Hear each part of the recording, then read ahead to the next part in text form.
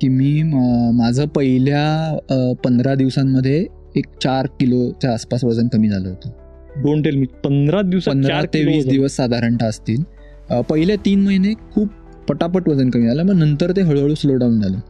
नंतर म्हणजे पहिले 3 महिने मी सांगू 12-13 किलो वजन कमी झालं आणि नंतरचे 13 किलो यायला पुढचे 8 महिने साधारण लागले. म्हणजे 12 महिन्यांचा जर आपण 11 महिने आपण धरले तर. कारण मग नंतर काय झालं की जे काय मास होतं ते कमी व्हायला लागलं ना, म्हणजे चरबी काय जे काय आपलं कमी होत असेल ते.